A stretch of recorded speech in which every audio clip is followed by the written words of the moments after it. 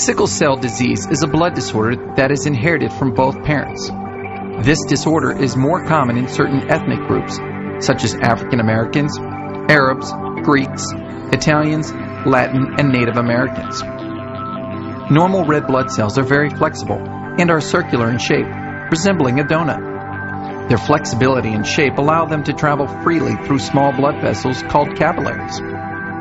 In persons with sickle cell disease, the red blood cells become crescent or sickle shaped and also become inflexible. The abnormal cells stick inside the capillaries, blocking blood flow to vital organs. Persons with sickle cell anemia can have symptoms such as yellow appearing eyes and skin, pale skin, delayed growth, bone and joint pain, increased risk for infections, development of leg ulcers, eye damage, anemia, and damage to the organs affected by the obstruction. What up, what up, what up? East Coast, West Coast, North, South, worldwide. YouTube family, Sickle Cell Warriors family, welcome to another episode of Our Sickle Life. My name is Ulyss. In today's episode, I'm going to interview a young sickle cell warrior. His name is Ike, 30-year-old man. Listen to his story. I want you guys to get to know the different individuals that I'm interviewing about sickle cell, listen to their stories, and I hope you guys learn something. I'll put the description below about the different organizations that you guys can reach out in your region. I have a guest with me today. My name is Ike. How you doing? Nice to meet you, Ulyss. I'm doing good. All right. Thank you for coming. You're welcome. I am a 30-year-old male. I live in Brampton, Ontario. I'm a social worker by profession. I work in the school board, so I work with kids. I am a sickle cell patient as well, a sickle cell survivor.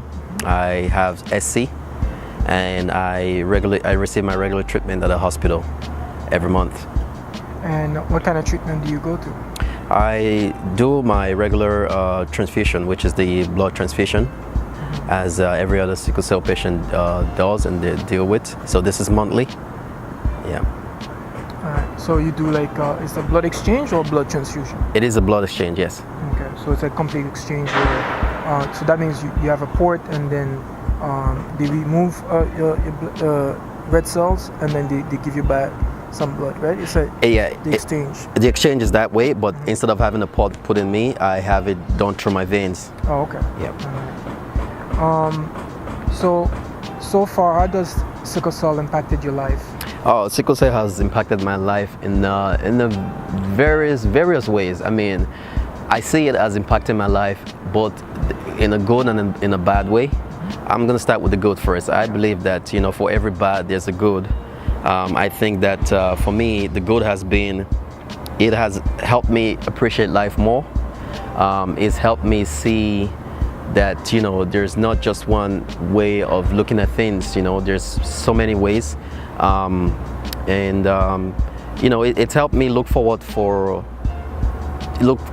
helping other people when it comes to helping them deal with their own problems. I think the bad for that for me has been that, you know, I am stuck with this burden, and this burden is, I'm all very troubled these days because I worry about my future. Living with sickle cell is not easy. One of the main concerns is that, you know, it's not something that you can easily see. It's inside your body. So people see you and they think you're healthy, but you're not healthy. So that's one of the main struggles I deal with. You know, I have to deal with people thinking, oh, you know, he looks healthy, he's fine, but that's not the case. So, yeah. In your perspective, how can you get people to understand, you know, what is it that you go through and how can people support you?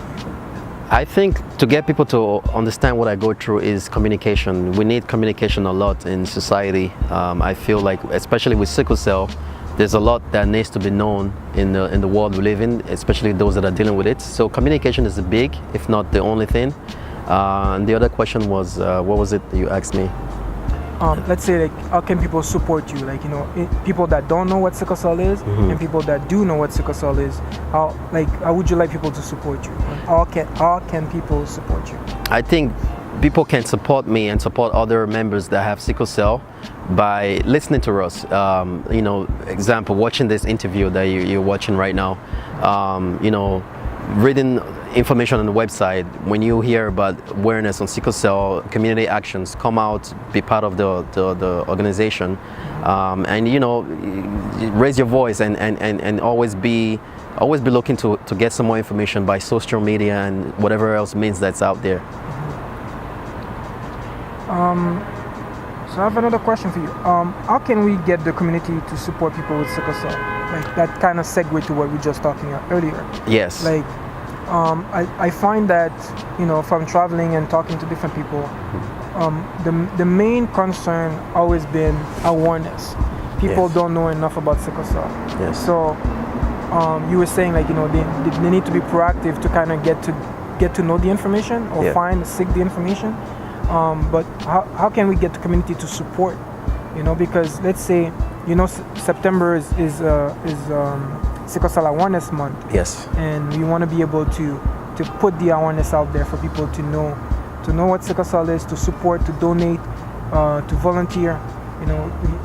We need all the help and the support that we can get. So yes.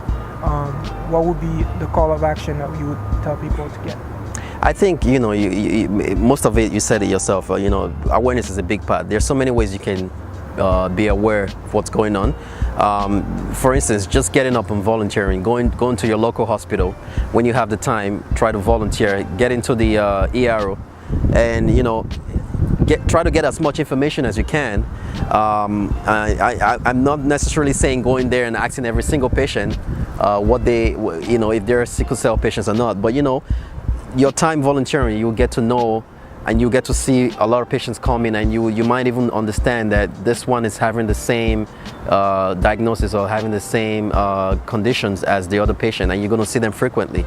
I also think you should get in touch with, I think there's a community agency by the name of Taibo. Mm-hmm. You can research their information on the internet and call them, get some information, find out how to volunteer with them, and also find out from your local disability office, because a lot of sickle cell patients are on disability. So yes. And talking about disability, what kind of support you think, being on disability that does that provide?